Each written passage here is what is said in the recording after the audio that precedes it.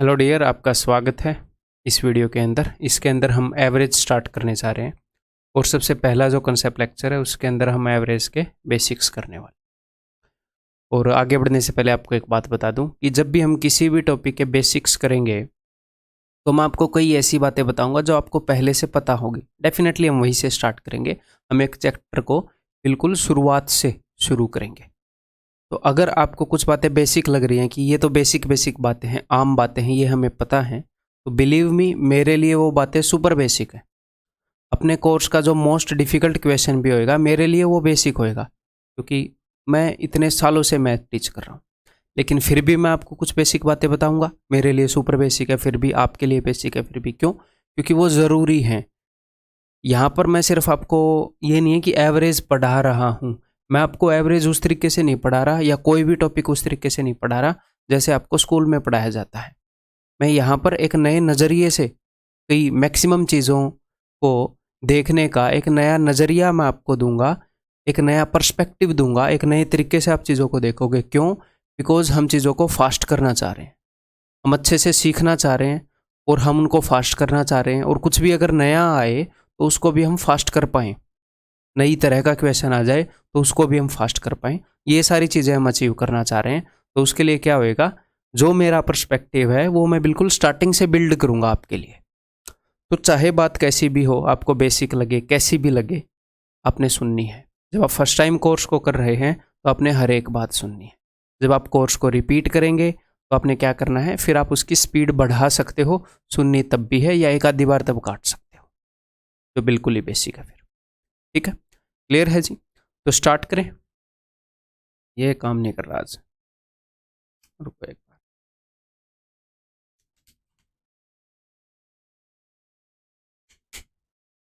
चलो ऐसे करेंगे, अब और क्या करें, बाद में करवाएंगे इसको काम। तो सबसे पहले मुझे एक बात बताओ कि एवरेज का मतलब क्या है।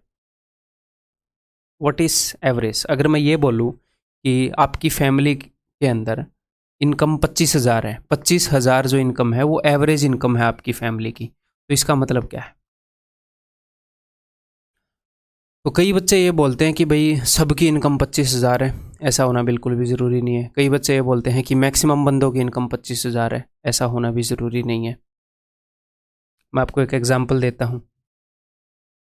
जैसे मान लो आपकी फैमिली के अंदर आपके मदर हैं, आपके फादर हैं और उनके दो बच्चे हैं, ए और बी। उनमें से एक आप हैं, एक आप हैं, एक आपका बी से भाई या बी से बहन है, तो भी है।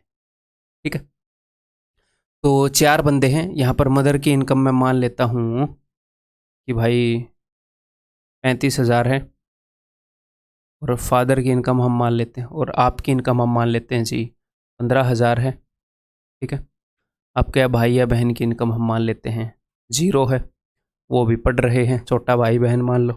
ठीक है, और फादर की इनकम जो है वो 50,000 ऐसे मान लेते हैं। ठीक है, रैंडमली मैंने ले लिया। क्लियर है? तो पूरी फैमिली की इनकम कितनी हो गई? तो पूरी फैमिली की इनकम यहाँ पर हो गई जी 100 के 100,000। ठीक है, अगर मैं इसको डिवाइड कर दूँ, टोटल फैमिली में बंदे कितने हैं? टोटल फैमिली में बंदे हैं जी 4। तो इनकम कितनी हो गई? Average income. एवरेज इनकम हम कैसे निकालते हैं? एवरेज इनकम में इसका फॉर्मूला बताऊंगा, टेंशन मत लेना, पहले हम एवरेज को समझ रहे हैं। एवरेज इनकम हम कैसे निकालते हैं कि भैया पूरी फैमिली की इनकम कितनी है, और 4 बंदे हैं, 4 से डिवाइड करते हैं तो 25,000, ये एवरेज इनकम। तो मुझे एक बात बताओ, क्या यहाँ पर मैक्सिमम बंदों की एवरेज 25 है? एक की भी नहीं है ना?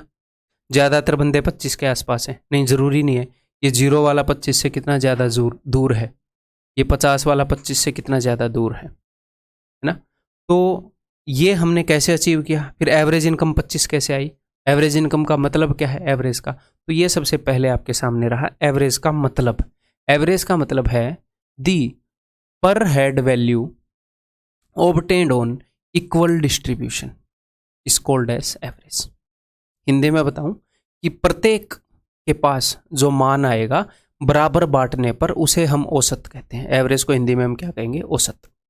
ठीक है, तो जस्ट ये मतलब मैं आपको समझाना चाह रहा हूं। जब हम किसी भी वैल्यू को, यहां पर एवरेज इनकम निकाल रहे हैं, तो जो इनकम है अगर हम उसको, टोटल जो इनकम है, हम जिनकी भी एवरेज इनकम निकाल रहे हैं इस फैमिली की निकाल रहे हैं, जो टोटल इनकम है उसको जब हम इनमें बराबर बांटेंगे, तो अगर हम बराबर बांटे तो जरूरी नहीं है वैसी है, हो सकता है वैसी एक की भी ना हो, यहां पर एक की भी नहीं है 25। ठीक है, अगर हम बराबर बांटे तो हर एक के हिस्से में जो आएगा पर हेड, हर एक के हिस्से में जो आएगा उसे हम एवरेज बोलते हैं। समझ में आ गया? बराबर बांटने पर हर एक के हिस्से में जो वैल्यू आएगी उसे हम एवरेज बोलेंगे। ये आपने समझना है, एवरेज का मीनिंग ये है। ठीक है जी। नेक्स्ट, एवरेज का फिर फॉर्मूला। एवरेज का फॉर्मूला है जी, एवरेज आपने जिस भी चीज़ की एवरेज निकालनी है, sum of all values divided by number of values. जो मैंने अभी अभी आपके सामने एग्जांपल लिया कि मान लो हमने किसी फैमिली की एवरेज इनकम निकालनी है, मदर हैं, फादर हैं और उनके 2 बच्चे हैं ए और बी। मदर की इनकम मैंने मान ली कि भी 50,000 है, फादर की इनकम 35,000 है और एक बच्चे की इनकम 15,000 है। एक बच्चा अभी पढ़ रहा है, कमा नहीं रहा, उसकी इनकम 0,000 है। तो हमने एवरेज इनकम निकालनी है, तो sum of all values, average income निकालनी है तो sum of all the incomes, भले ही कोई जीरो ही क्यों ना हो, है तो ये भी फैमिली का हिस्सा ना, तो sum of all the values वो कितना हो जाएगा, वो हो जाएगा जी 100। And number of values, total बंदे कितने हैं। एवरेज इनकम का क्या मतलब है, अगर सबकी इनकम बराबर बराबर बांट दी जाए, इस पूरी फैमिली की जो इनकम है उसको हम लें और सब में बराबर बराबर बांटे, तो सबके हिस्से में कितनी आएगी, वो है एवरेज इनकम। ठीक है जी, एवरेज इनकम कितनी हो गई इस फैमिली की, 25,000। तो ये फॉर्मूला है जी। एवरेज का मतलब क्या है, सारी चीज़ों को इकट्ठे करके बराबर बराबर बांटना। तो सबसे पहले तो सारी चीज़ों को इकट्ठे करोगे, यानी कि सारी चीज़ों का सम करोगे। अगर आपने इनकम बांटनी है तो सारी इनकम को, पूरी फैमिली को ये बोलोगे कि भाई लाओ रुपए जमा कराओ, कर लिया। फिर आप देखोगे बंदे कितने हैं, 4। अच्छा 4 हैं, 4 से डिवाइड करोगे, अच्छा हर एक के हिस्से में इतना आएगा, ये लो भाई हर एक बंदा इतनी ले लो। इक्वल डिस्ट्रीब्यूशन पर जो हर एक के पास वैल्यू आएगी वो एवरेज। ठीक है जी, क्लियर है। अब अगर मैं आपको यहीं से 2 फॉर्मूले और बनाकर बता दूं तो वो आपको रटने की ज़रूरत नहीं है। अगर मैं आपको ये बोलूं कि सम ऑफ वैल्यूज़, इसको अगर मैं हिंदी में बताऊं, जो हिंदी वाले हैं वो इन छोटी छोटी चीज़ों का खुद ध्यान रखिएगा, आपको फ़ायदा है। क्यों? बिकॉज आप इंग्लिश का पेपर तो देंगे, एसएससी के अंदर भाई साहब मेंस के अंदर इंग्लिश आती है, सीजीएल में, बाकी एग्जाम्स के अंदर प्री के अंदर इंग्लिश आती है। तो एवरेज का मतलब औसत, सम ऑफ वैल्यूज़ यानी कि सारे मानों का योग और नीचे सारे मानों की संख्या। ठीक है, तो सम किसके बराबर होएगा, सम बराबर होएगा average into number of values.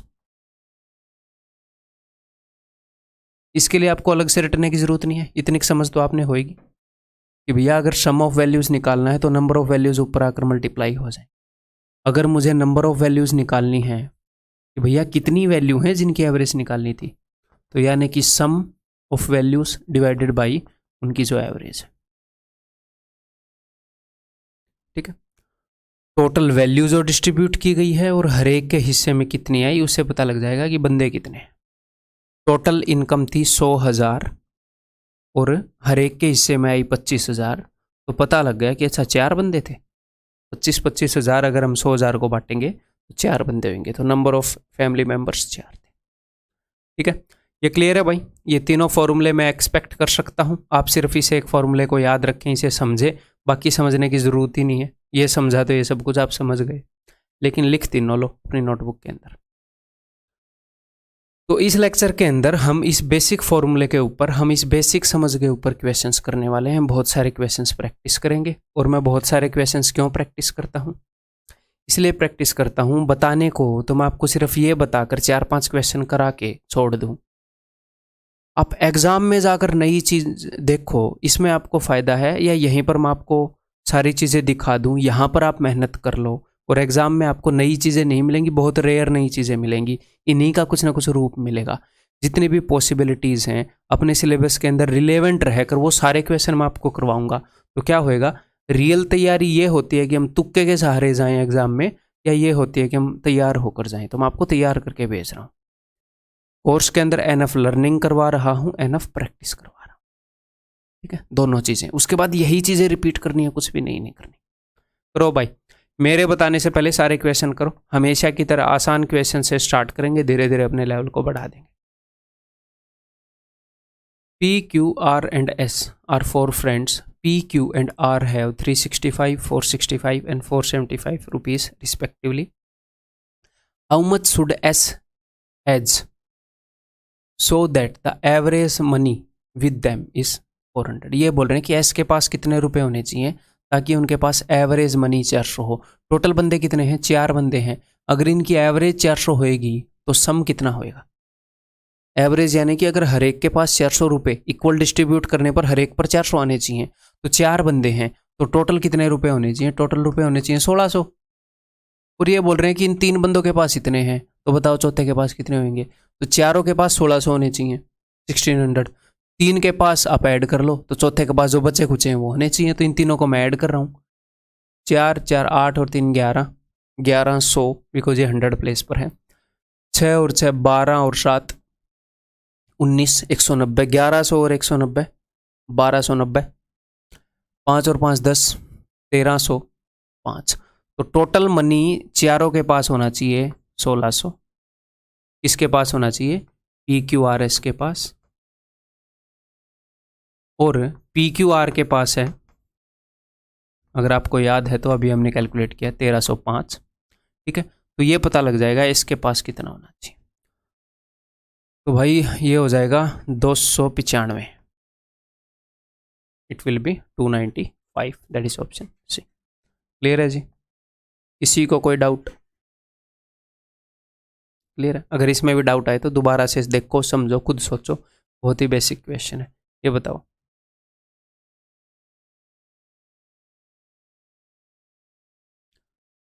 The age of the elder 4 members of a 6 member family are. 4 elder members, 4 सबसे बड़े जो मेंबर हैं उनकी एजेस इतनी है। ठीक है। If the average age of all the members of the family is 30 years, average age 30 years है। टोटल मेंबर कितने हैं of a 6 member family? Family के अंदर 6 मेंबर हैं, 4 मेंबर की आपको एज बताई है, 6 मेंबर हैं, एवरेज एज 30 है, तो सम कितना हो जाएगा? सम हो जाएगा जी 180। तो सारे मेंबर्स, 6 मेंबर्स की एज का सम है ये। 4 मेंबर्स की एज का सम बता सकते हो आप? आप बोलोगे जी हाँ बता सकते हैं, यहाँ से हम बिल्कुल जोड़ सकते हैं। तो अभी जोड़ो, इन दोनों का सम कितना होएगा? 100। इन दोनों का सम कितना हो जाएगा जी? 60। ठीक है, तो 160। तो 4 मेंबर्स की एज का सम है 160, तो बाकी के 2 मेंबर्स की एज आ जाएगी कि नहीं आ जाएगी? 180 में से 160 घटाया 20, बाकी के 2 मेंबर्स की एज है 20, बाकी के 2 मेंबर्स की एज का सम 20 है। ठीक है, then what is the average age of the youngest 2 members of the family? तो यंगेस्ट 2 मेंबर की एवरेज एज बतानी है, उनकी एज का सम 20 है, तो सम 20 है, एवरेज एज बतानी है, मेंबर कितने हैं? 2। तो आंसर क्या हो जाएगा? 10। आरती, अंदर ही कुछ कर रहे हो क्या?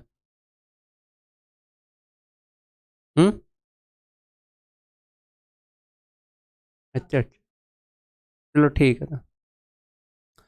तो 2 मेंबर्स की एज का सम कितना है? 20। 2 मेंबर हैं और एवरेज का क्या मतलब है कि पर हेड हर एक के हिस्से में कितनी आएगी? तो 20 डिवाइडेड बाई 2 10। तो answer will be option B. बहुत ही सिंपल क्वेश्चन, बहुत ही इजी क्वेश्चन। ठीक है, आगे बढ़ते हैं, धीरे धीरे अपनी समझ डेवलप कर रहे हैं हम। ये बताओ,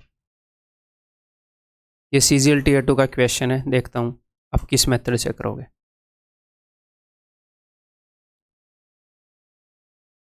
The average weight of L, M and N is 93 kg. If the average weight of L and M is 89 kg and that of M and N is 96.5 kg, then the weight of M. M का wait पूछा है, एकदम से करना नहीं है, ध्यान से देखो हम कैसे कर सकते हैं। पेन चलाने से पहले दिमाग चलाना ज़रूरी है। अगर दिमाग के अंदर कुछ नहीं आ रहा तो कई बच्चे क्या करते हैं, उसी इन्फॉर्मेशन को लिखते रहते हैं, उनका दिमाग नहीं चल रहा, उनको समझ में नहीं आ रहा क्वेश्चन को कैसे करूं, बट पेज को भरते रहेंगे।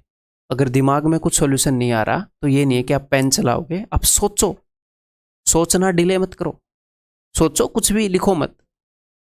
उनको ये लगता है कि अगर मैं कुछ ना कुछ नहीं कर रहा कॉम्पिटिटिव एग्जाम के अंदर तो शायद टाइम वेस्ट हो रहा है। नहीं, आप सोच रहे हो, मेंटल काम चल रहा है, फिजिकल काम नहीं चल रहा, तो सोचो। ये नहीं है कि सेम चीज़ को लिखते रहोगे वहां पर जब तक दिमाग में कुछ स्ट्राइक नहीं होएगा। कुछ स्ट्राइक नहीं ही हो रहा तो आगे बढ़ जाओ, यहां पर आगे नहीं बढ़ना पेपर में। देखो, तो भाई एल एम और एन की एवरेज हमें पता है। आप बोलोगे जी सर एवरेज पता है तो सब की एज का सम निकाल सकते हैं। हाँ जी सर, एवरेज पता है 3 बंदों की, 3 से गुणा करेंगे तो सम आ जाएगा। एल और एम की एवरेज पता है। आप बोलोगे जी सर इनका सम भी निकल आएगा। हाँ भाई। एम और एन की एवरेज पता है तो एम और एन का सम भी निकल आएगा। हाँ भाई। तो मुझे एक बात बताओ, अगर मैं एल और एम का सम और एम और एन का सम जोड़ दूं तो क्या होएगा? एल आ जाएगा, एम 2 बार आ जाएगा, 1 बार एन आ जाएगा, यानी कि एम 2 बार आ गया। यानी कि इसको और इसको मैं जोड़ूंगा तो मुझे मिलेगा L plus M plus M plus N. ये दिमाग में चलना चाहिए, इन सब का सम। और इनका सम जब मैं निकाल रहा हूं तो मेरे पास है L plus M plus N. ऊपर वाले में क्या ज्यादा है? ऊपर वाले में 1 एम ज्यादा है। तो ऊपर वाले में से अगर आप नीचे वाला घटाओगे तो आपको एम की वैल्यू मिल जाएगी। यही उसने पूछी, यही काम हम करेंगे। ठीक है, तो एल और एम इन दोनों की एवरेज इतनी है तो इनका सम कितना हो जाएगा? इनका सम हो जाएगा इंटू 2। तो इंटू 2 आप मेंटली कर सकते हो। तो 2 नी में 18, 2 8 16 और 1 17। ठीक है, इसको भी इंटू 2 करूंगा मैं। 2 5 10, 0 1 कैरी ऑन, 2 6 12 और 1 13, 2 नी में 18 और 1 19। इन दोनों को जोड़ूंगा, ये चीज आ गई। और एल एम एन इनको घटाऊंगा। अब कई बंदे इनको 2 गुना कर देते हैं जल्दबाजी में। ये 3 मेंबर्स की एवरेज है तो इनको 3 गुना करना है। इसको घटाऊंगा, 3 3 9, 3 9 में 27। यहां पर मैं ऐसे ही घटा देता हूं एक स्टेप के अंदर। कभी कभी हम एक स्टेप में भी घटा सकते हैं। देखो, ऊपर वाले दोनों को जोड़ना है और नीचे वाले को घटाना है। तो देखो 8 और 3 11, 11 में से 9 गए 2।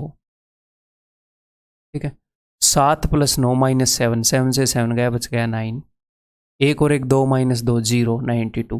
तो एम की वैल्यू आ गई भाई साहब 92। आप इनको अलग से भी जोड़ सकते थे, उसमें से भी घटा सकते थे, एक ही बात है, दिक्कत नहीं। क्लियर है? क्लियर है जी? समझ में आ गई बात? इसको एक और तरीके से हम कर सकते हैं। हम कैसे कर सकते हैं भाई? हम ऐसे कर सकते हैं कि एल एम और एन इनका सम हमें मिल गया। आप बोलोगे हाँ जी सर, 3 से गुणा कर रहा हूँ, 3 3 हो, 3 9 में 27। एवरेज अगर 93 है तो सम होगा 93 इंटू 3। ठीक है, और एल प्लस एम मुझे पता है। एल प्लस एम कितना है? यहाँ से आपको पता लग रहा है 89 इंटू 2। ठीक है, तो 2 नी में 18 और 2 8 16 और 1 17, 178। तो ये कितना होगा? एन पता लग जाएगा। 279 माइनस 178, 9 में से 8 गया 1, 7 में से 7 गया 0, 101। मतलब इतना भारी बंदा, इतना वेट है, तभी तो क्वेश्चन में इतना वजन है इसमें। तो हमें एन की वैल्यू पता लग गई। और यहाँ से आपको क्या पता लग रहा है? यहाँ से अगर देखो, यहाँ से आपको एल एम एन है, यहाँ से एल और एम है, तो एन की वैल्यू पता लग जाएगी। एन की पता लग गई तो यहाँ पर एम की पता लग जाएगी, है ना? तो एम और एन इन दोनों का वजन कितना है? इंटू 2 अगर मैं करूँ, 6 12 और 1 13 और 9 18 और 1 19, 193। ये है एम प्लस एन ना। इसमें से मैं एन घटा देता हूँ। एन का वजन 101 है ना, तो इसका वजन 92 हो जाएगा जो आया था। ठीक है जी, बिल्कुल बेसिक क्वेश्चन है, धीरे धीरे प्रैक्टिस करेंगे, इसका मैक्सिमम काम आप मेंटली कर पाओगे इन चीज़ों का। ये बताओ, पिछला क्वेश्चन टीयर 2 में आया था सीजीएल के, ये वाला क्वेश्चन सीपीओ में पूछा गया है एसएससी के। एसएससी के सारे एग्जाम्स का कंटेंट इधर उधर होता रहता है, सेम कंटेंट। ये बताओ, the average weight of A B and C is 65। तो यहाँ पर हमें क्या पता लग जाएगा? अगर मैं इसको इंटू 3 कर दूँ, इसको इंटू 3 कर दूँ तो ए प्लस बी प्लस सी पता लग जाएगा। ठीक है, अगर इनका सम मैं निकालूँ बी प्लस सी, तो मुझे एग्जैक्टली करना क्या है? इन दोनों के सम में से, यानी कि बी प्लस सी जो है और ए प्लस सी है, इन दोनों को ऐड करके यहाँ पर सी 2 बार आ रहा है, इसमें से अगर मैं घटा दूंगा ए प्लस बी प्लस सी, तो सी 2 बार आ रहा है, ए बी सी से ए बी सी कट जाएगा, सी की वैल्यू मिल जाएगी। सी की वैल्यू उसने पूछी है। ठीक है, तो यही काम मैं कर रहा हूँ। मैं इसको डबल कर रहा हूँ, इसको डबल करूंगा तो भाई आ जाएगा 60 का डबल 120, 1.5 का डबल 3, 123, प्लस इसका डबल कर रहा हूँ 60 का डबल, इसको मैं ऐसे देख रहा हूँ, देखो 60 का डबल 120, 8.5 का डबल 17, 137।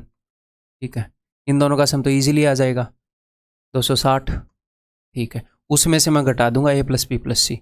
3 गुणा कर रहा हूँ, 3 पंजे 15, 3 छक्के 18 और 1 19। यहाँ पर आ जाएगा जी 65 ऑप्शन है। ठीक है, क्लियर। लास्ट क्वेश्चन में बताया आप दूसरे तरीके से भी कैसे कर सकते हो, वैसे भी कर सकते हो।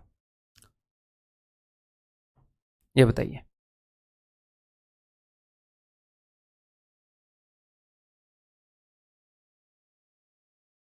Out of 3 numbers if the first is twice the second. 3 number है अपने पास, first number, second number and third number. Out of 3 numbers the first is twice the second. जो फर्स्ट वाला है वो सेकेंड का डबल है, यानी कि ये x है तो ये 2x है, twice the second and half of the third. और ये फर्स्ट वाला जो है थर्ड का हाफ है, यानी कि थर्ड वाला इसका डबल होएगा, 4x होएगा। 4x का हाफ है ना फर्स्ट वाला। तो ये बताया कि जो फर्स्ट वाला है वो सेकंड का तो डबल है और थर्ड का हाफ है। तो तीनों नंबर मैंने ऐसे मान लिए। If the average of 3 numbers, अगर तीनों नंबर्स की एवरेज इतनी है तो सम कितना होएगा, तो इंटू 3 कर दोगे। तो मैं एग्जैक्टली यही लिखूंगा, मैं इसको सोल्व करके नहीं लिखूंगा। देखो इन तीनों के सम की बात हो रही है, तो 4 और 2 6 और 1 7, 7x is equal to 56 into 3। इन सब का सम क्या है, 4 और 2 6 और 1 7x। एवरेज 56 है तो सम कितना होगा 56 into 3।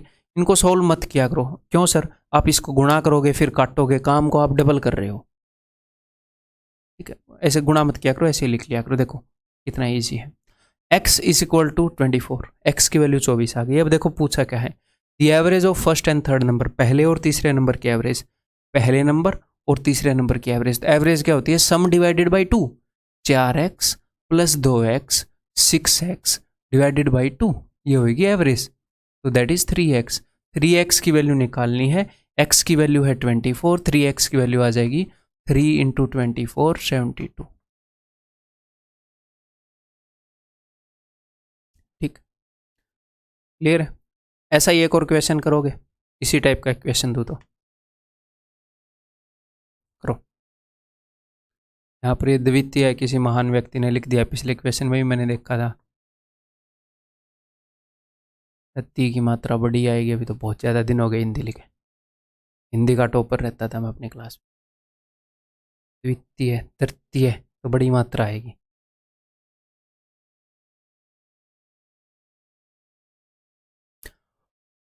Of 3 numbers the first is 4 times the second and 3 times the third. 3 number है अपने पास, फर्स्ट सेकंड और थर्ड।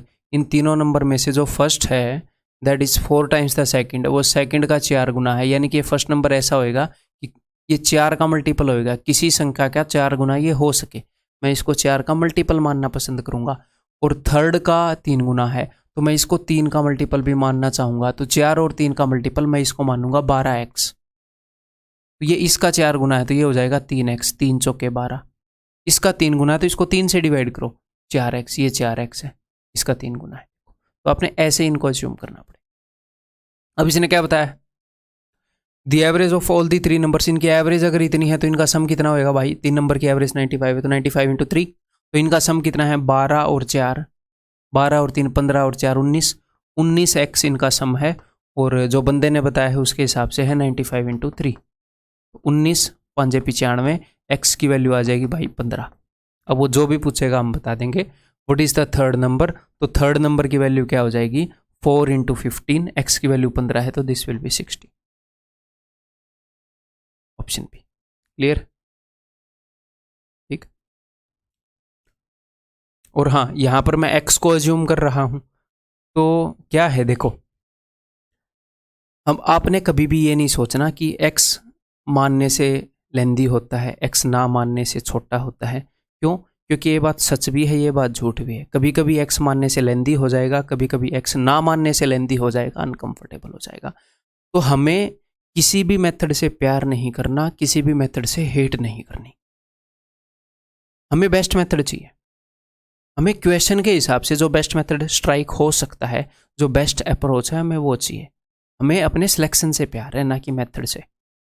हमें किससे प्यार है, हमें अपना रिजल्ट बढ़िया चाहिए, चाहे वो कैसे भी आए, जिससे वो बेस्ट आएगा, जो बेस्ट तरीका होगा उस रिजल्ट को लाने का, हमें वो चाहिए। ठीक है, तो ये मतलब कोई भी दकियानुसी सोच नहीं करना कि मैं तो सारे एक्स से करूंगा, मैं तो सारे ऐसे बिना एक्स के करूंगा। मिक्स लेंगे, जहां पर जो चीज़ एफिशिएंट होगी। अगर कपड़े को सिलना है तो सुई लेकर आएंगे, हैं, कपड़े को काटना है तो तलवार लेकर आएंगे। ये नहीं बोलेंगे तलवार इज द बेस्ट, सुई इज द बेस्ट।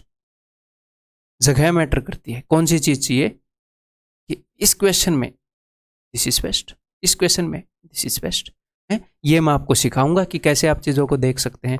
धीरे धीरे हम क्या कर रहे हैं, मैं आपको बहुत सारे क्वेश्चन मेरे साथ मिलकर हम अटेम्प्ट कर रहे हैं। अब की बार मैंने आपको कोर्स के अंदर एक्सरसाइज अलग से नहीं दी, क्योंकि मैंने मैक्सिमम क्वेश्चंस को यहीं पर कर लिया। क्यों? क्योंकि मैं आपको सिखाना चाह रहा हूँ। मैं आपका पर्सपेक्टिव, धीरे धीरे मैं आपको एक पर्सपेक्टिव दे दूंगा, तो आपको एफर्ट ही नहीं लगेगा, आपको पता नहीं चलेगा कि कब आपका नज़रिया इंप्रूव हो गया।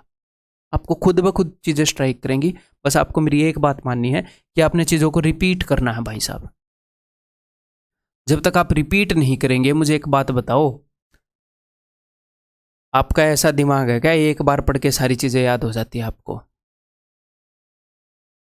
नहीं है।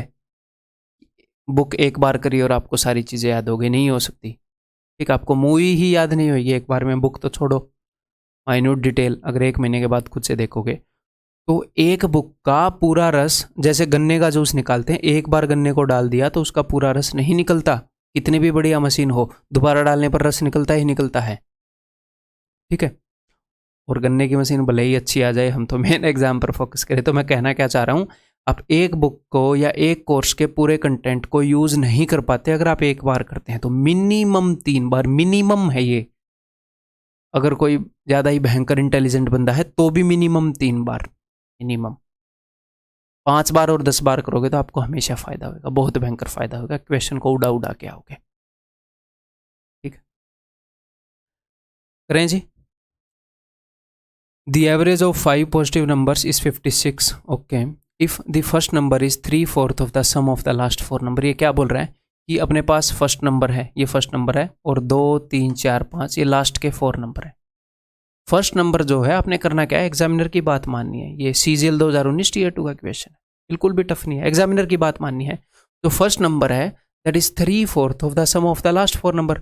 लास्ट 4 नंबर के सम का 3/4 है, तो लास्ट 4 नंबर के सम को मैं 4 का मल्टीपल मानूंगा, 4x मान लिया, तो फर्स्ट नंबर क्या हो गया, 3x हो गया। इनका सम 4x है इन चारों का, तो ये 3x हो गया। ठीक, और एवरेज कितनी है, एवरेज है जी इतनी, तो सम कितना होगा, 5 नंबर है ना भाई, सम हो गया 56 × 5। तो सम कितना है यहाँ के हिसाब से, 4 और 3 7x, और वहाँ के हिसाब से सम कितना है 56 × 5, तो 7 8 56, x की वैल्यू आ गई जी 40। ठीक है, वो क्या पूछेगा। अब यहाँ पर कई बच्चों के मन में डाउट आएगा, तीसरा नंबर पूछ लिया तो नहीं बता सकते, आप कैसे बताओगे तीसरा, कैन नॉट से, चौथा पांचवा दूसरा नहीं बता सकते। या तो इन चारों का सम बता सकते हो या पहले वाला बता सकते हो, इनके बीच में डिफरेंस बता सकते हो। क्या पूछा है, average of the last 4 numbers, तो लास्ट 4 नंबर का सम हमें पता है 4x है, तो एवरेज क्या होगी, एवरेज हो जाएगी x की value 40, answer is 40, option B. ठीक, क्लियर है जी, आगे बढ़ जाएं। चलो ये बताओ,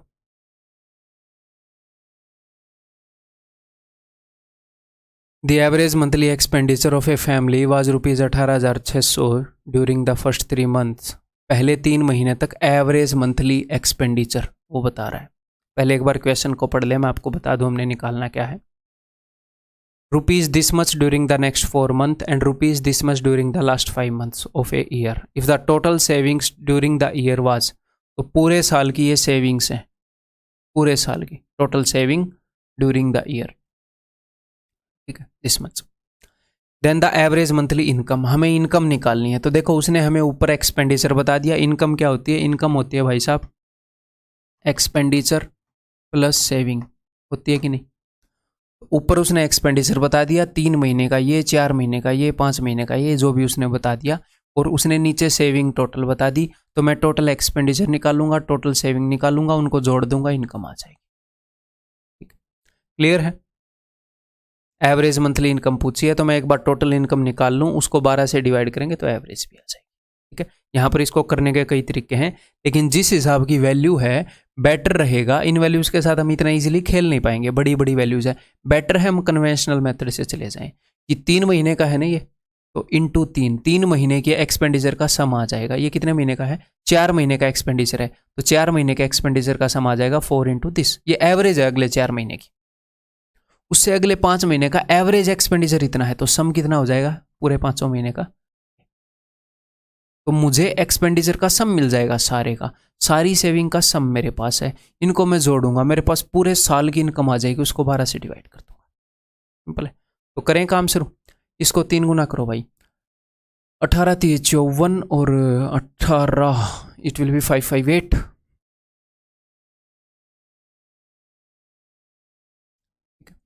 आप ऐसे कर सकते हो, 18 3 54, 54,000 और 600 3 1800, 54,000 और 1800, 55,800।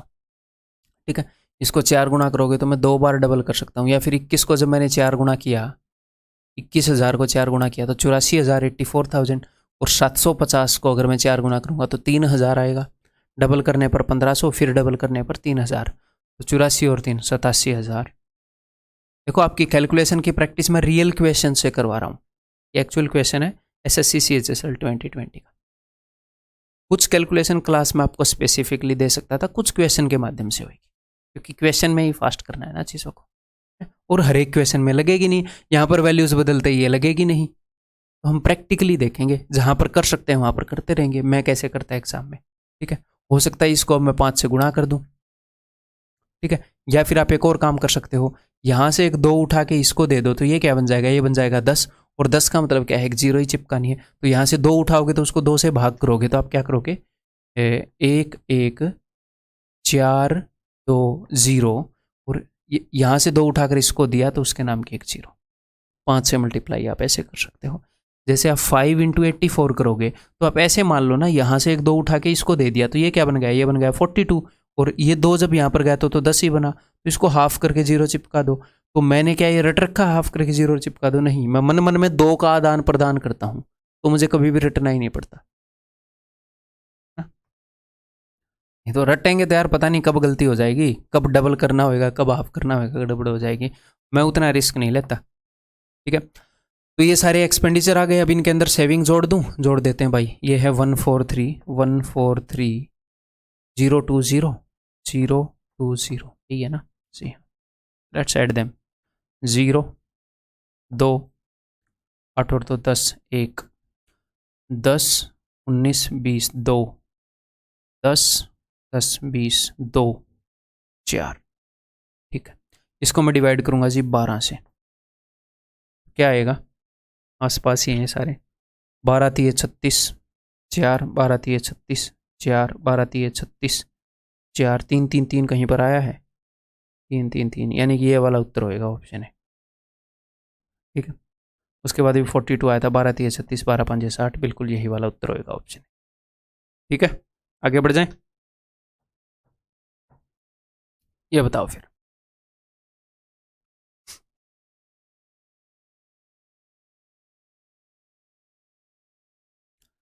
The average of the 2-digit numbers is 57। ये 2 डिजिट नंबर हैं। कितने नंबर हैं? 1 2 3 4, ये 4 2 डिजिट नंबर हैं, इनकी एवरेज 57 है।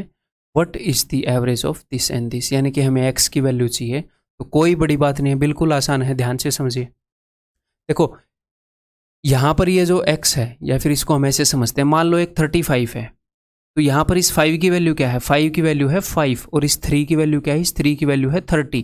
3 की वैल्यू 30 क्यों है? क्योंकि ये इस पोजीशन पर बैठा है। जैसे अपने देश में प्राइम मिनिस्टर की कुर्सी पर जो बैठा है, उसके हाथ में प्राइम मिनिस्टर की पावर आ गई, वो उस कुर्सी की पावर है। कोई भी बैठेगा उस कुर्सी पर, फिजिकली कुर्सी पर नहीं बैठना है, यानी कि उस पोस्ट पर होएगा। कुर्सी मार लाओ प्राइम मिनिस्टर की बेचारे की, कोई भी उस पोस्ट पर होगा, उसके हाथ में वो पावर आ गई। ऐसे ही ये जो पोस्ट है, ये 10th प्लेस की पोस्ट है। यहाँ पर 3 बैठेगा तो उसकी वैल्यू 30 हो जाएगी, 8 बैठेगा तो 8 हो जाएगी। तो यहाँ पर मुझे एक बात बताओ, यहाँ पर ये जो है ये x, ये एक्चुअल में x है या क्या है? x नहीं है, ये 10x है, क्योंकि 10th प्लेस पर बैठा है। ये 100th प्लेस पर बैठेगा तो 100x है, इसकी वैल्यू 100x है। जब आप 35 और 5 जोड़ते हो तो वो क्या बनता है? वो 40 बनता है, क्योंकि इसकी वैल्यू 5 है, इसकी वैल्यू 5 है, इसकी वैल्यू 30 है, तो 30 5 और 5 40, सबकी वैल्यू ही तो जुड़ती है आपस में, ठीक है। तो यहाँ पर जब हम चीज़ों को जोड़ेंगे, तो बिकॉज x आपको कंफ्यूज कर रहा है, तो x को अलग ले लो। इस x को अलग ले लो, इसकी वैल्यू लेकिन आपको पता होनी चाहिए, टेंस प्लेस पर है तो इसकी वैल्यू है 10x, इस x की वैल्यू क्या है, इस x की वैल्यू है 1x क्योंकि ये वंस प्लेस पर है, तो 10 और 1 11, 11x। अब x के अलावा सब कुछ कर लो सोल्व, क्या ही दिक्कत है, ठीक है। यहाँ पर क्या है, ये है 41, ये है 5, आपने x ले लिया, ये क्या है, ये 50 है, इसको ये मत सोचना बेचारा 5 रह गया, इसके आगे की जगह खाली हुई है, ये 550 है, ठीक है। आप इनको जोड़ लो, तो कैसे जोड़ूं, 4 और 5 9 और 4 13, 130 टेंस प्लेस वाले जोड़े हैं, 1 और 5 6 और 4 10, 130 और 10 140, तो देखो 140 मैंने इन सब का सम कर लिया एक हिसाब से, और इन सब का सम क्या होना चाहिए, इन सब का सम होना चाहिए 57 × 4 यानी कि 228, तो अब x की वैल्यू आ जाएगी 11x इज इक्वल टू कितना हो गया जी 88, x इज इक्वल टू 8। अब वो क्या बोल रहा है कि एवरेज बताओ इस चीज़ की, तो 8 और 5 13 प्लस और 8 दूनी 16 में से 9 गए 7, 13 + 7/2 यानी कि 10, आंसर विल बी ऑप्शन, ठीक है। सर क्या ऐसे क्वेश्चन आ रहे हैं, डेफिनेटली आ रहे हैं, ये क्वेश्चन है भाई MTS का, ठीक है। एक और क्वेश्चन ऐसा करना चाहेंगे, आप नहीं भी करना चाहेंगे तो मैं करवाना चाहूँगा, ये बताओ। ये क्वेश्चन है CHSL का, सर क्या CGL में भी आए हैं ऐसे क्वेश्चन 9-10 एक ही साल में, बहुत सारे आए थे CGL में, MTS में, CHSL में, मैं सारे थोड़ी दिखाऊंगा आपको, बोर हो जाओगे। आज तक मैथ में कितने क्वेश्चन पूछ लिए होंगे उसने, 15,000 के करीब तो पूछ ही लिए होंगे SSC में, सारे थोड़ी करेंगे।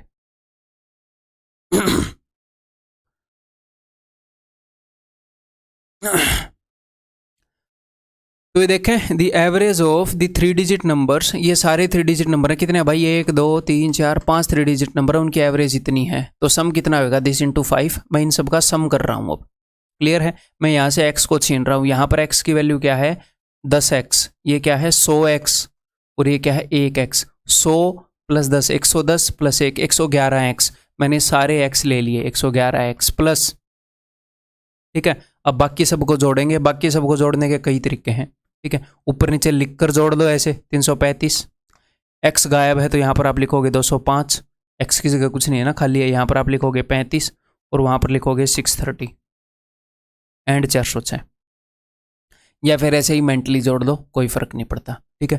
3 और 2 5 और 6 11 और 4 15, 1500, 3 और 3 6 और 3 9 90, 1590, 5 और 5 10 यानी कि 1600, और 5 और 6 11 1611, तो ये हो गया 1611 इज इक्वल टू, ये हो गया 2055, मैंने उसको 5 से गुणा कर दिया, 5 चौके 20, 2000, 11 पंजे 55, ठीक है। 1611 अगर उधर गया तो अब x की वैल्यू देखो डायरेक्टली आप लिख सकते हो, ये अगर उधर गया तो 44 4 डिवाइडेड बाई 111, इससे कटेगा 4 पर, x की वैल्यू आ गई 4। अब हमने क्या बताना है, हमने एवरेज बतानी है इन नंबर्स की, x की वैल्यू 4 है, 4 - 1 3, 4 - 3, एक और काम आप यहाँ पर कर सकते हो, आप इनकी एवरेज ही निकाल लो, इन सब का सम करके 4 से डिवाइड करना है, 1 2 3 4, इन सब का सम करोगे तो देखो ये गया x x x x 4x 5 - 1 + 4 divided by 4, answer is x + 1, और x की वैल्यू हमें पता है 4, 4 + 1 5। आप जो गिवन है उनकी एवरेज निकाल लो, x की फॉर्म में आएगी, वहां पर वैल्यू पुट कर दो, या पहले वैल्यूज पुट कर दो x की, फर्क नहीं पड़ता, ठीक है, कैसे भी कर लो, दोनों इक्वली गुड है। Answer is option C. आप किसी काम मान लो आप कोई मेथड अपना रहे हो, उससे 2-3 सेकंड लेट हो जाते हो, 5 सेकंड लेट हो जाते हो, आप 10 सेकंड लेट हो जाते हो, उससे फ़र्क नहीं पड़ता, आपके एक डिसीजन से फ़र्क नहीं पड़ता। आप एग्जाम में मान लो 100% क्वेश्चन है, उनमें से 70% क्वेश्चन में अगर आपकी अप्रोच छोटी है तो ठीक है, 20-30% में आपका डिसीजन खराब होएगा एग्जाम में, मैं बता रहा हूँ, आप कुछ भी कर लो आपका होएगा। हमने मैक्सिमाइज करना है कि मैक्सिमम इतनी प्रैक्टिस करें, आप कम प्रैक्टिस करोगे तो 30% क्वेश्चन में आपका डिसीजन बढ़िया होएगा, आप और प्रैक्टिस करोगे 40 में हो गया, 50 में हो गया, 70 में हो गया, 80 में हो गया। हम इतनी प्रैक्टिस करेंगे एग्जाम से पहले कि मैक्सिमम में हमारा डिसीजन ठीक रहे, ठीक है। ये बताओ, the number of students in a class is 45, out of which 33 1/3 are boys and the rest are girls. तो 33 1/3 का मतलब क्या है, 1/3। 1/3 बॉयज़ हैं, यानी कि बॉयज़ कितने हैं, अगर क्लास में 3 बंदे हैं तो उसका 1/3 1 बॉयज़ हैं और 2 गर्ल्स हैं। ये सिर्फ रेशियो है, बॉयज़ और गर्ल्स के नंबर का रेशियो है, ठीक है, number of boys and number of girls का। And the rest are girls, ठीक है। The average score of girls in science, science के अंदर गर्ल्स का एवरेज स्कोर 66.2% मोर है, किसे, more than that of boys, तो 2/3 ज़्यादा है। यानी कि अगर बॉयज़ का 3 है स्कोर तो इनका 2 ज़्यादा है, 3 से 2 ज़्यादा है, यानी कि इनका 5 है। तो ये है जी एवरेज स्कोर, एवरेज को रिप्रेजेंट करते हैं ये नंबर। ये एवरेज का रेशियो है, तो अगर बॉयज़ की एवरेज 3A है तो गर्ल्स की एवरेज 5A है, ठीक है। और ये नंबर किसको रिप्रेजेंट करता है, ये नंबर रिप्रेजेंट करता है नंबर ऑफ बॉयज़ को, नंबर ऑफ गर्ल्स को, नंबर ऑफ स्टूडेंट्स को, ठीक है। तो जब भी हम ऐसा क्वेश्चन कर रहे होते हैं, ठीक है, मैं फाइनली इनकी एवरेज निकाल सकता हूँ। ये काम हम वेटेड एवरेज में करेंगे, लेकिन ये एवरेज के बेसिक से हो रहे थे क्वेश्चन, तो मैं यहाँ पर बता रहा हूँ, ठीक है। तो एक्चुअल नंबर मैटर नहीं करता, ये फिलहाल के लिए बात आप रट लो, वेटेड एवरेज में आप समझ जाओगे। एक्चुअल नंबर मैटर नहीं करता अगर मैं पूरी क्लास की एवरेज निकालना चाहूँ। देखो मैंने मान लिया कि बॉय 1 है, क्लास में 1 ही लड़का है, क्लास में 2 ही लड़कियाँ हैं, ठीक है। तो टोटल लड़के हो जाएंगे, टोटल स्टूडेंट हो जाएंगे 3। अगर मैं मान लूँ तो टोटल वैल्यू 3 में बटेगी। अगर मैं मान लूँ क्लास में 10 लड़के हैं, 20 लड़कियां हैं, तो टोटल वैल्यू 10 और 20 30 में बटेगी। तो जिनमें वैल्यू बटेगी वो भी 10 गुना हो जाएंगे। तो एक्चुअल नंबर कितना है वो मैटर नहीं करता। तो यहाँ पर हाँ एवरेज आपको एक्चुअल लिखनी पड़ेगी। तो यहाँ पर जो नंबर ऑफ स्टूडेंट है इसका यूज ना भी करोगे तो आंसर आया पड़ा है, ठीक है। तो मैं मान लूँगा 1 लड़का है, 2 लड़कियाँ हैं, बॉयज़ की एवरेज 3A है, गर्ल्स की एवरेज 5A है। तो आप मुझे सिर्फ सम बताओ, लड़के कितने हैं 1 और एवरेज कितनी है 3A। तो मैं आपसे पूछ रहा हूँ एवरेज स्कोर कितना होएगा, 1 लड़के हैं मतलब number of values into average, वो आएगा सम। तो 1 × 3 क्या हो गया 3A। गर्ल्स का सम बताओ, 2 लड़कियां हैं, एवरेज 5A है, 2 × 5A 10A। ये लड़कों के स्कोर का सम हो गया, ये लड़कियों के स्कोर का सम हो गया। और पूरी क्लास की एवरेज कितनी है, पूरी क्लास की एवरेज बोल रहा है 78।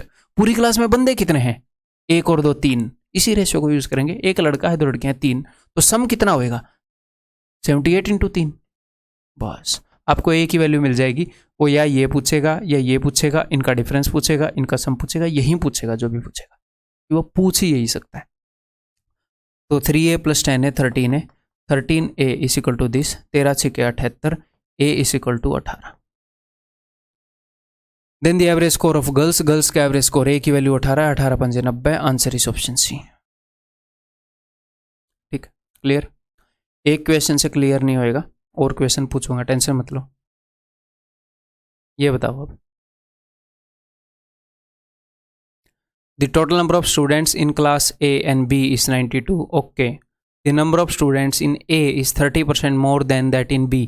A में जो नंबर ऑफ स्टूडेंट है वो A में जो स्टूडेंट है वो 30% ज़्यादा है, यानी कि B में अगर 10 हैं तो 30% ज़्यादा, इसमें 13 है। तो ये नंबर ऑफ स्टूडेंट्स का रेशियो है। तो यहाँ पर तो रेशियो भी चल जाएगा, नंबर ऑफ स्टूडेंट एग्जैक्ट होने ज़रूरी नहीं है, तो इस 92 का यूज़ होना ज़रूरी नहीं है इस टाइप के क्वेश्चन में। The average weight of students in B is 50% more than that of students in A। B में एवरेज वेट 50% ज़्यादा है, यानी कि यहाँ पर 2 है तो वहाँ पर 3 है। तो यहाँ पर अगर 2A है वेट तो वहाँ पर 3 है। ये एक्चुअल वेट है, 2A and 3 है, मुझे A का नहीं पता। 2A यहाँ पर वेट है तो यहाँ पर 3A वेट है, ये एवरेज वेट है। तो अगर मैं पूछूंगा सेक्शन A में कितने बंदे हैं, 13 हैं, और हर एक का वेट है 2A, तो टोटल वजन सेक्शन A के बंदों का कितना हो जाएगा, वो हो जाएगा 26A। सेक्शन B के टोटल बंदों का वेट कितना हो जाएगा, वो हो जाएगा 30A। और उसने क्या बताया, उसने बताया है कि एवरेज वेट A और B का 56 किलो है, यानी कि A और B के सारे बंदों को मिला दूं तो 56 किलो एवरेज वेट है। A और B में मिलाकर कितने बंदे हैं, 13 और 10 23। तो अगर 23 बंदों की एवरेज 56 है तो सम कितना हो जाएगा 23 × 56, सिंपल सी बात है। तो 26 और 30 ये कितना है 56A = 56A, 56 से 56 गया, A = 23। क्या पूछ रहा है, what is the average weight of students in B के अंदर एवरेज वेट क्या है, A की वैल्यू 23 है, 23 थी 69, तो it will B 69।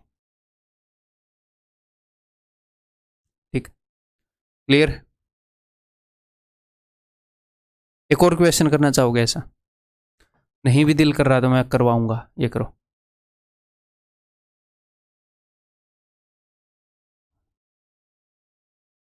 The average age of 125 students, ये सारे आए हुए क्वेश्चन हैं और ये जो अभी मैं इस टाइप के करवा रहा हूँ। The average age of 125 students in a group is 16.2 years, ठीक है। एवरेज वेट 125 स्टूडेंट्स का 16.2 है। 40% of the students are boys, तो बॉयज़ कितने हैं भाई साहब? बॉयज़ हैं 40%, 40% गर्ल्स है 60%। एक्चुअल नंबर मैटर नहीं करता, सिर्फ रेशियो मैटर करता है। 40-60 का रेशियो 2:3। ये है नंबर ऑफ स्टूडेंट्स और इनकी एवरेज क्या बता रखी है? एवरेज बता रखी है उसने, the average of the boys is 20% more, boys की एवरेज 20% मोर है गर्ल्स से, यानी कि गर्ल्स की एवरेज 5 है तो बॉयज़ की 6 है, 6A और 5A। अब ये हम मेंटली करेंगे, ठीक है, मतलब एक्चुअल में जैसे मैं करता हूँ एग्जाम में। तो 6 दूनी 12, ये क्या हो गया? 12A, बॉयज़ का सम, गर्ल्स का सम हो गया 5 15A, 15 और 12 27A। डायरेक्टली ऐसे लिख सकता हूँ कि नहीं? इतना तो कर ही सकते हो। 6 दूनी 12, 5 15, 15 और 12 27A, तो सबका सम आ गया। अब टोटल कैंडिडेट कितने हैं? 2 और 3 5 है और इनकी एवरेज कितनी बता रखी है भाई साहब ने? 16.2, ठीक है। तो ये 18 निम्मे है ये, है ना, और ये अच्छा ये 18 से कट नहीं रहा, 9, अच्छा ये 18 से 1.8 कट जाएगा, 3 से, अच्छा ये कट रहा था 0.6, तो 6 5 30, तो A की वैल्यू आ गई 3, ठीक है। What is the average age of the boys? Boys की एवरेज एज कितनी है? A की वैल्यू अगर 3 है तो 6 3 18, तो दैट इज ऑप्शन बी, ठीक है जी।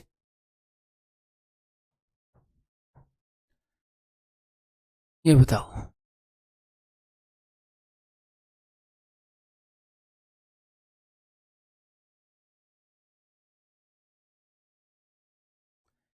The average of X Y and Z is 6 more than Z. X Y और जेड की जो एवरेज है वो जेड से 6 ज़्यादा है। एक्स वाई और जेड का सम क्या होएगा? मान लो एक्स वाई जेड की जो एवरेज है वो क्या है? 6 मोर देन जेड, यानी कि इनकी एवरेज क्या है? इनकी एवरेज है जेड प्लस 6, जेड से 6 ज़्यादा है, यानी कि जेड प्लस 6 है। तो इनका सम लिखने की मैं कोशिश कर रहा हूँ। एक्स वाई जेड का सम क्या होएगा मुझे ये बताओ? एक्स वाई जेड का सम होगा, इनकी जो भी एवरेज है उसको 3 गुना कर दूं, ये 3 बंदों की एवरेज है ये, तो इसको 3 गुना कर दूंगा तो सम आ जाएगा। तो इनका सम हो जाएगा 3 इंटू जेड प्लस 6, यानी कि 3Z प्लस 18, ठीक है जी। और आगे क्या बताया है? Average of X and Y is 50। X और वाई की अगर एवरेज 50 है तो सम कितना होएगा? 50 इंटू 2 100, और एक्स वाई का सम इसने बता दिया कि भाई 100 है। तो यहां से ये इक्वेशन सोल्व हो जाएगी कि नहीं हो जाएगी? ये z उधर जाएगा, 3Z minus Z that is equal to 2Z। ये 18 इधर आएगा, 100 माइनस 18 दैट विल बी 82, तो z is equal to 41। Clear है? u is 6 less than z, what is the average of u plus z? ये पूछ रहा है कि u और z की एवरेज क्या होगी। वैसे तो एक बात, आपको z की वैल्यू मिल गई तो आपको u की वैल्यू मिल जाएगी। इससे 6 कम है, इससे 6 कम का क्या मतलब है? 35 है। u is 6 less than z, तो इन दोनों की एवरेज यानी कि इन दोनों का सम डिवाइडेड बाई 2। 70 और 76 डिवाइडेड बाई 2, तो आंसर क्या हो जाएगा? 38। आंसर विल बी, आप इसको ऐसे भी कर सकते हैं, आपको पता है कि u जो है u is 6 less than z, तो u की वैल्यू है z माइनस 6, तो इनकी एवरेज यही होएगी u प्लस जेड बाई 2, तो 2Z माइनस 6 बाई 2 यानी कि z माइनस 3, यानी कि 41 माइनस 3 38, ऑप्शन बी। एक और क्वेश्चन करना चाहोगे ऐसा ही? करो।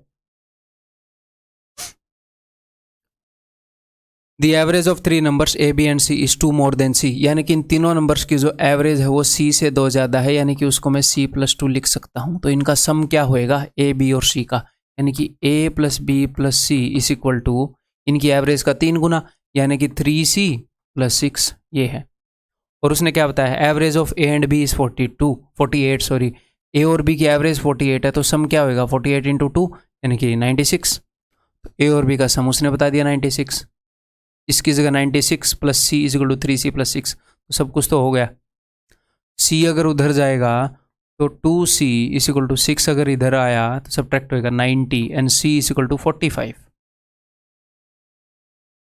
D is 10 less than C, तो D की वैल्यू क्या होगी? D की वैल्यू होगी 35, 10 लेस है। C और D की एवरेज बताओ, तो भैया इन दोनों का सम कितना होएगा? इन दोनों का सम होएगा 80 डिवाइडेड बाई 2, आंसर हो जाएगा 40, ऑप्शन बी। ठीक है, क्लियर है?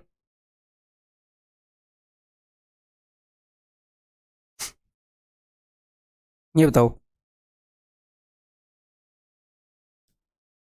The average weight of Soham and his 5 friends is 48.5 kg। Okay, Soham और उसके 5 फ्रेंड का एवरेज वेट बता दिया। If Soham is 3 kg more than the average weight of his 5 friends, इसने क्या बताया है? सोहम 3 kg ज़्यादा है किससे? ध्यान से, यहाँ पर बच्चे इसीलिए मिस्टेक करते हैं, वो सोचते हैं कि 48.5 से 3 ज़्यादा है। नहीं, ये एवरेज वेट किसका है? ये सोहम का और उसके 5 फ्रेंड का, यानी कि 6 बंदों का है। 6 बंदों का एवरेज वेट बताया है ये। और सोहम 3 kg ज़्यादा है किससे? जो उनके फ्रेंड्स का एवरेज वेट है उससे, उनके 5 फ्रेंड्स का। उनके 5 फ्रेंड्स का एवरेज वेट मैं नहीं जानता, सोहम और उसके 5 फ्रेंड्स सबका मिला के मैं जानता हूँ, उनके 5 फ्रेंड्स का तो पता नहीं क्या है, उससे 3 kg ज़्यादा है।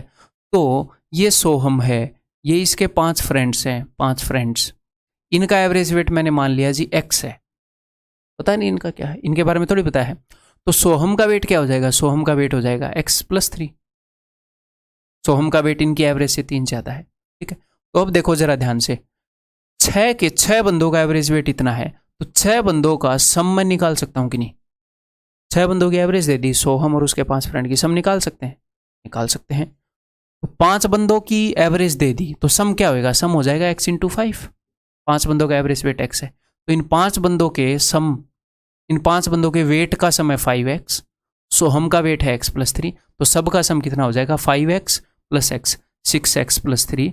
और एग्जामिनर बोल रहा है कि 6 के 6 बंदों की एवरेज 48.5 है, तो इसके हिसाब से सम कितना हो जाएगा? × 6। ये आया पड़ा है, x की वैल्यू जो भी पूछेगा बता देंगे। ठीक है, तो मल्टीप्लाई करते हैं भाई।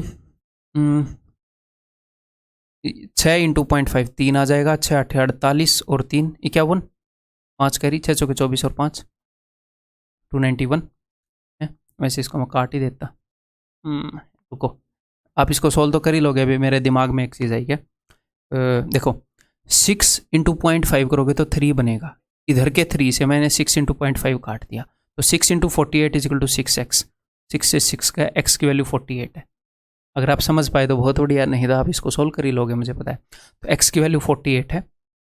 What is Soham's weight? तो सोहम का वेट क्या है? 48 + 3 दैट इज 51, ऑप्शन। ठीक, क्लियर है जी?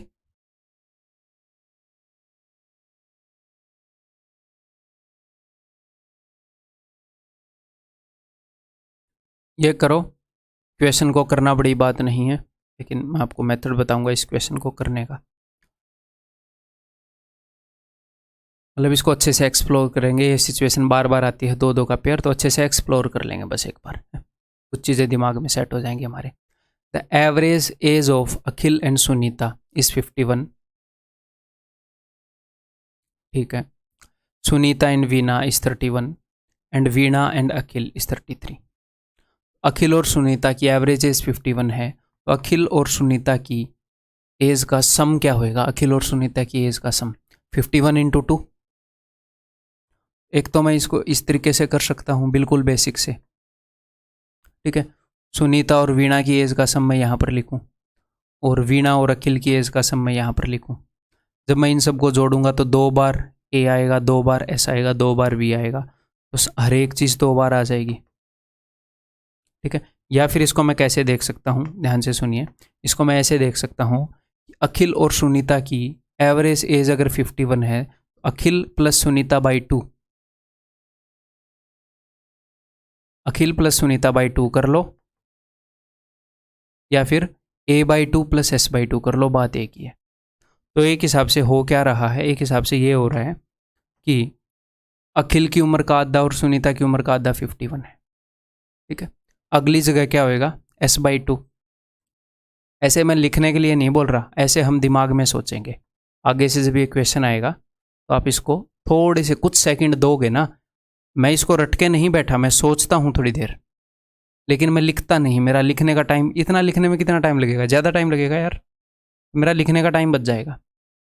यहाँ पर मैं जस्ट आपको शो कर रहा हूँ कि a/2 2 बार आया, a/2 2 बार आया, तो 2 बार a/2 मिलने से क्या हो जाता है, a का हाफ 2 बार आया, a बन जाता है।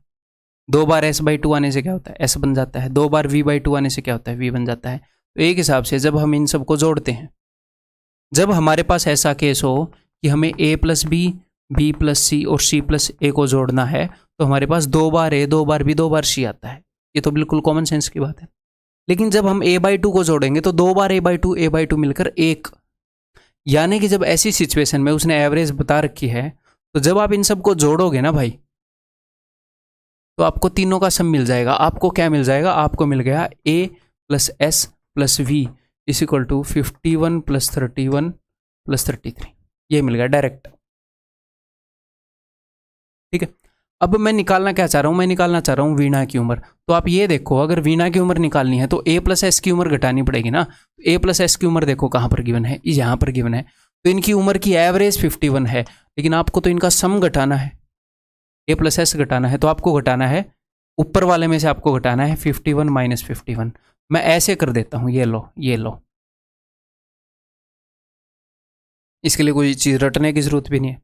ठीक है, अब यहाँ से इसको काटूंगा तो -20 है, यहाँ से काटूंगा तो +13 है। आंसर इस 13। मैंने क्या किया, इस 31 से ये काटा क्योंकि इजीली कट रहा था। -20 13, आंसर इस।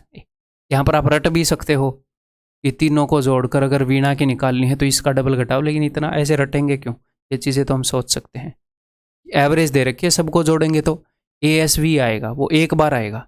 एवरेज ना हो तो हर एक चीज़ का डबल आता है, इन सब के सम का डबल आता है। एवरेज है तो भैया सम का डबल नहीं आएगा, सम ही आएगा। फिर हम देख लेंगे, अच्छा ये पूछा है तो ये घटाना है। ठीक है, हमने अपने दिमाग को ट्रेन करना है, फालतू की चीज़ें रटनी नहीं है। ठीक है, क्लियर है भाई।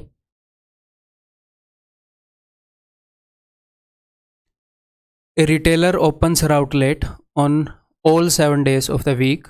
It is observed that her average sales for the Saturdays and Sunday combined is 300. Saturday और संडे की अगर हम एवरेज सेल देखें, एवरेज की बात कर रहा है तो 300 है, तो टोटल कितनी होती होगी, 2 दिनों की एवरेज है। सैटरडे और संडे को 600 की सेल होती है उसकी। सैटरडे को कितनी होती है, संडे को कितनी मुझे नहीं पता, लेकिन टोटल 600 की होती है।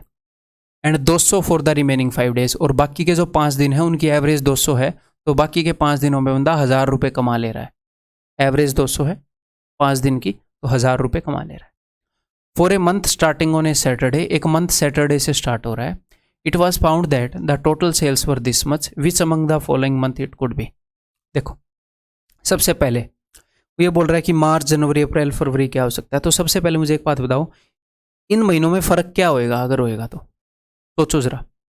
ये बोल रहा है कि महीना सैटरडे से स्टार्ट हुआ, तो कौन सा महीना हो सकता है। महीनों में उनके नंबर ऑफ डेज का ही तो फ़र्क हो सकता है। इक्वेशन इसी चीज़ के ऊपर बेस्ड होएगा कि महीने में 30 दिन हैं, 31 दिन हैं, 28 दिन है। अपने पास 3 ही चॉइस हैं, या 29 दिन है अगर लीप ईयर हुआ तो। यहाँ पर साल का उसने जिक्र नहीं किया तो हम 28 ही मानेंगे फरवरी में। ठीक है, तो ऑप्शन देखो, मार्च और जनवरी में कितने दिन है, मार्च में भी 31, जनवरी में भी 31, तो ये तो हो ही नहीं सकते भाई। अगर 31 दिन का महीना निकला तो ये मार्क करूंगा या ये, है ना, फिर तो क्वेश्चन ही गलत हो जाएगा। 31 दिन का हुआ तो फिर तो रिप्रेजेंटेशन लगेगी। इसमें 30 दिन है, इसमें 28 दिन है, या तो 30 दिन का महीना होगा या 28 दिन का महीना होगा। ठीक है, अगर 3 महीने 31 दिन के होते तो सीधे कट जाते, हालांकि इतनी बेवकूफ़ी वो करेगा नहीं और उसके सारे हम चलेंगे भी नहीं। ठीक है, तो अगर भैया सैटरडे से स्टार्ट हो रहा है तो सैटरडे आया, संडे आया, पहले 2 दिन क्या कमाई हुई, पहले 2 दिन कमाई हुई 600 रुपये।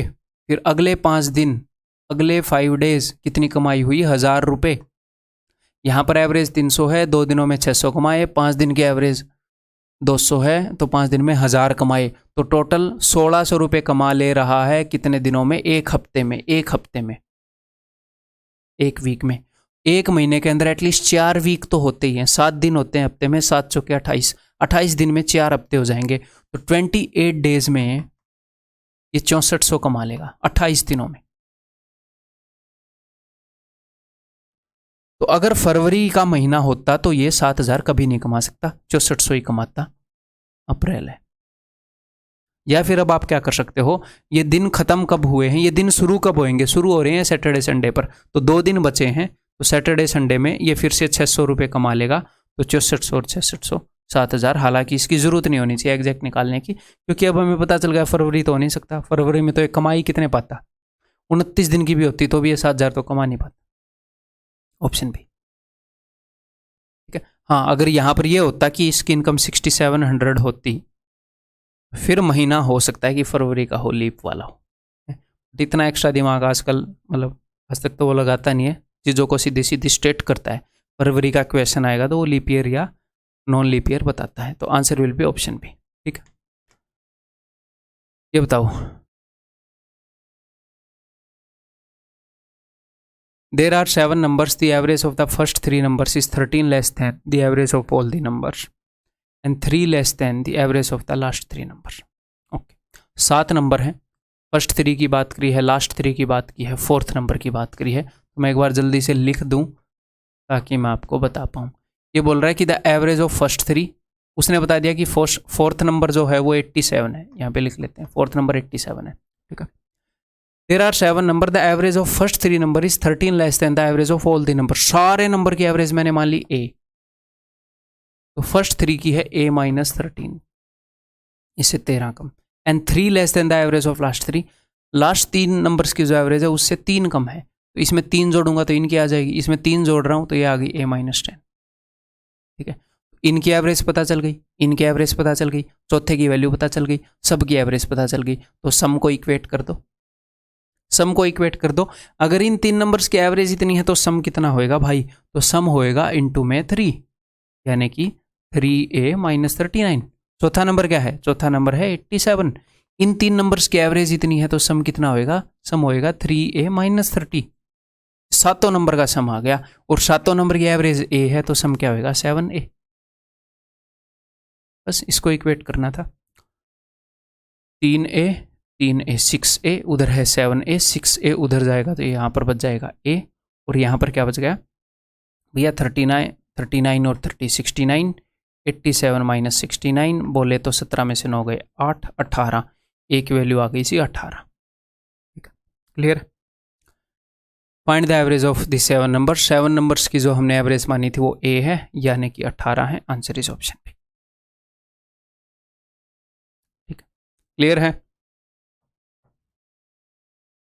तो दैट्स ऑल, जो एवरेज के बेसिक क्वेश्चंस थे वो पूरे हो चुके हैं। अब मैं आपको एक छोटा सा कंसेप्ट और बताऊंगा यहाँ पर। नेक्स्ट जो मैं आपको कंसेप्ट बताऊंगा, एवरेज को निकालने के लिए हमें सिर्फ ये करने की ज़रूरत नहीं है। अगर मान लो आप एवरेज निकाल रहे हो, एक और नज़रिए से हम एवरेज को देखते हैं, ये आगे काम आएगा। ठीक है, ध्यान से देखिएगा। एवरेज निकालने का मैंने आपको क्या तरीका बताया है, मैंने आपको तरीका बताया है कि सम ऑफ ऑल वैल्यूज़, सारी वैल्यूज़ का सम divided by number of values. मैंने आपको एवरेज का मतलब क्या बताया है, मैंने एवरेज का मतलब बताया है कि इक्वल डिस्ट्रीब्यूट करना। इक्वल डिस्ट्रीब्यूट करने पर हर एक बंदे के हाथ में जो वैल्यू आती है इक्वल डिस्ट्रीब्यूट करने पर, उसको हम एवरेज कहते हैं। तो हम यहाँ पर एक एग्जाम्पल लेते हैं। मान लो अपने पास एक फैमिली है, ठीक ठाक दिख रही है फैमिली, कलर इन्वर्ट है तो चलो जो भी है। तो अपने पास एक फैमिली है, हम इस फैमिली की एवरेज इनकम निकालना चाह रहे हैं। ये इनकी इनकम है, इस बंदे की 42,000 है, इसकी 46,000 है, इसकी 53,000, 59 एंड 40। ठीक है, ये इन सब की इनकम है। तो इनकी अगर मैं एवरेज इनकम निकालना चाहूँगा, ध्यान से सुनिएगा, मैं इनकी एवरेज इनकम कैसे निकालूंगा। मैं यहाँ पर खड़ा हूँ, मैं इनको बोलूँगा अपनी सारी इनकम मुझे दो, तो ये अपनी सारी इनकम मुझे दे देंगे। ठीक है, फिर मैं क्या करूँगा, ये 5 बंदे हैं तो मैं 5 से डिवाइड करूँगा और इनको बराबर बराबर इनकम दे दूंगा। यानी कि अगर मैं इनकी इनकम लेकर सारी 5 से डिवाइड करके सबको बराबर बराबर बांट दूँ तो एवरेज आ जाएगी कि नहीं आ जाएगी? आप बोलोगे जी सर आ जाएगी। एवरेज का मतलब क्या है? एवरेज का मतलब है वैल्यू को इक्वली डिस्ट्रीब्यूट करने का। तो वैल्यू को अगर आप इक्वली डिस्ट्रीब्यूट करना चाह रहे हो तो ज़रूरी नहीं है उनकी सारी इनकम लेना। आप ये सोच सकते हो कि भाई साहब इनमें से सबके पास 40,000 रुपये तो हैं, इसके पास भी 40,000 हैं, मतलब 40,000 प्लस ही हैं, मिनिमम 40,000 तो हैं, 46, 53, 59, 40। तो मैं ये करता हूँ यार 40,000, मैं ये बोलता हूँ कि भाई एक काम करो, अपने पास तुम सब 40,000 रुपये रखो, मुझे तुम्हारे रुपए में कोई इंटरेस्ट नहीं है, मैं बस इक्वली बांटना चाह रहा हूँ। तो तुम ये करो, तुम्हारे पास 40,000 से जितने एक्स्ट्रा हैं मुझे दे दो। तो ये बंदा आकर मुझे कितने देगा, इसने अपने पास 40,000 रख लिए, ये बंदा आकर मुझे देगा 2,000 रुपये, ये बंदा मुझे आकर दे देगा 6,000 रुपये, ये बंदा मुझे आकर दे देगा 13,000 रुपये, 40,000 से 13,000 एक्स्ट्रा है, ये बंदा आकर मुझे दे देगा 19,000 रुपये, और ये बंदा आकर सिर्फ ऐसे खाली ऐसे करके चला जाएगा, इसके पास 40,000 से ज़्यादा है नहीं, ये मुझे 0 रुपये देकर चला जाएगा। तो मेरे पास टोटल कितने रुपए इकट्ठे हो गए, मेरे पास हो गए भाई 13 और 6 19, 19 और 19 38 और 2 40, 40,000 रुपये मेरे पास इकट्ठे हो गए। और ये 5 बंदे हैं, अब सबके पास कितने हैं, मैंने बोला था 40,000 से एक्स्ट्रा दे दो, तो सबके पास 40,000 हैं, 5 बंदे हैं। अब मैं क्या करूंगा, जो मेरे पास रुपया आया मैं सबको 8,000 बांट दूंगा, सबके पास ऑलरेडी 40,000 है, 8,000 मैंने और दे दिया, 48,000। तो सबके पास 48,000 हो गया कि नहीं हो गया, हो गया।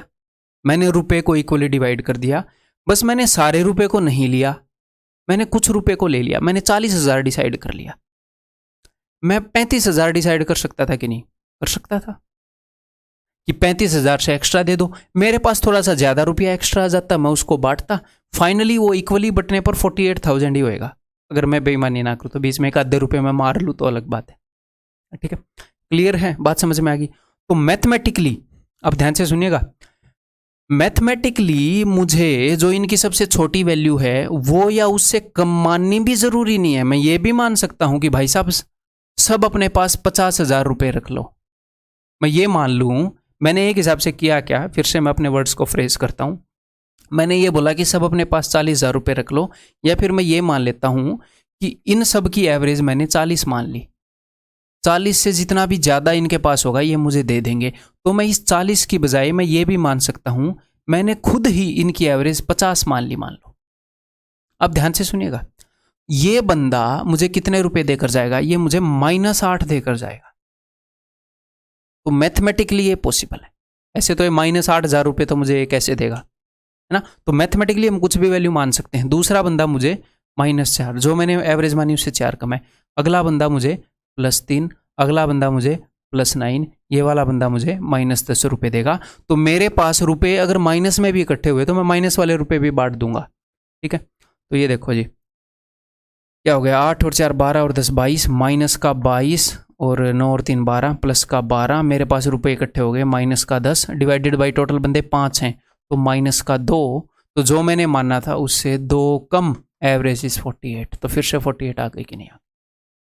तो इस मेथड को मैं क्या बोलता हूं, using central value to calculate average.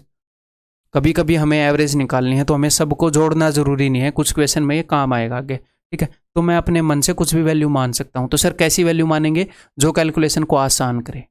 ऐसे नहीं कि मैं एवरेज मान रहा हूं 38.723, ठीक है जी, अब तुम्हारे पास 38.723 से जितना ज़्यादा मुझे दे जाओ, कैसे वैल्यू मानेंगे, जो कैलकुलेशन को आसान करे। ऐसी आंसर इससे भी आ जाएगा है? लेकिन आपका पोता मार्क करके आएगा आंसर एग्जाम में, आप नहीं करके आओगे। क्लियर है, समझ में आ गया, ये अगला मेथड है। तो अभी आपने क्या करना है, कुछ वैल्यूज के ऊपर प्रैक्टिस कर लेते हैं अभी हम, जल्दी से इनकी एवरेज बताओ, फिर ये कंसेप्ट लेक्चर अपना खत्म हो जाए। Find the average of the numbers, find the average of numbers following numbers, find the average of the following numbers होना चाहिए, ठीक है जी। तो यहां पर आपको कौन सी वैल्यू सुंदर सी लग रही है जो आपको माननी चाहिए, मैं तो मानूंगा 2000, कैलकुलेशन को आसान बनाएगी। तो 2000 से यहाँ पर हमें कितना ज़्यादा मिलेगा 30, और यहाँ पर भाई साहब -50, यहाँ पर कितना +40, ठीक है, यहाँ पर 200, ठीक है, यहाँ पर -110, ठीक है। तो इन सबको जोड़ें, और यहाँ पर हम एक और काम कर सकते हैं, जैसे यहाँ पर -50 है, यहाँ पर -110 है, तो -110 और -50 160 हो गए नेगेटिव टीम के। तो 160 को मैं इस 200 से काट दूंगा, 200 से 160 के 40 पॉजिटिव के बचेंगे, वो एक्स्ट्रा है। तो इन कैलकुलेशंस को हम ऐसे किया करेंगे, 40 और 40 80 और 30 110, 110 प्लस के बच गए, नंबर कितने हैं भाई 1 2 3 4 5, तो हर एक के हिस्से में कितना आएगा प्लस का 22, एवरेज कितनी हो जाएगी इससे 22 ज़्यादा, यानी कि 2022। यहाँ पर सेंट्रल वैल्यू मैंने क्या मानी थी, मैंने मानी थी 2000, ठीक, क्लियर है जी। देन ये नंबर यहाँ पर क्या मानूंगा मैं 100 मान लूंगा, तो यहाँ पर मैंने 100 मान ली कि ठीक है भाई 100 से जितना भी ज़्यादा है कम है देखते हैं। यहाँ पर -15 -2 +4 -17 +7 +1 देखते हैं। तो माइनस प्लस की देख लेता हूँ 7 और 4 11 और 1 12 प्लस का 12 जब मैंने -17 से काटा तो माइनस का 5 जिंदा रह गया। तो 15 और 5 20 और 2 22 माइनस का 22 कितने नंबर में बटेगा 1 2 3 4 5 6 में बटेगा। तो 6 3 18 ना 4/6 तो 2/3 तो एवरेज जो है वो इतनी कम हो जाएगी। तो 3 की बजाय मैं 4 घटाऊंगा 96 1/3 ये एवरेज हो जाएगी। ओवरऑल आपके पास जो भी पॉजिटिव में रुपए बचे या नेगेटिव में रुपए बचे उनको पर हेड बांटना है, हर एक के हिस्से में कितना आया। पॉजिटिव आया तो एवरेज बढ़ जाएगी, नेगेटिव आया तो घट जाएगी। ठीक है जी। नेक्स्ट, तो यहां पर 200 मानेंगे।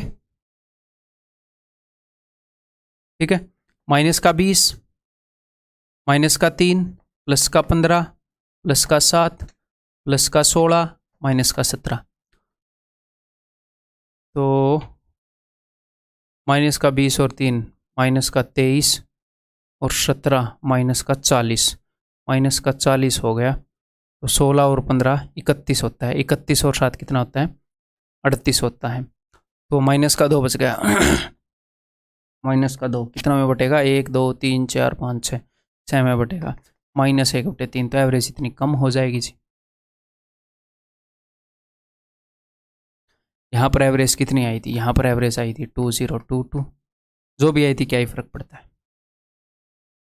ठीक है, क्लियर है। तो ये बात आप समझ गए। यहाँ पर अपना ये लेक्चर एंड हो जाता है। इसके बाद अगला लेक्चर हम करेंगे। सो ऐसे ही पढ़ते रहिएगा। अगर आप मेहनत करेंगे, पढ़ेंगे, चीज़ों को रिपीट करेंगे, आपको कोई नहीं रोक सकता। मैं आपके पास टॉप क्वालिटी का मटेरियल लेकर आ रहा हूँ और टॉप तरीके से बताने की कोशिश कर रहा हूँ इन सारी। ठीक है, अगली वीडियो में मिलते हैं।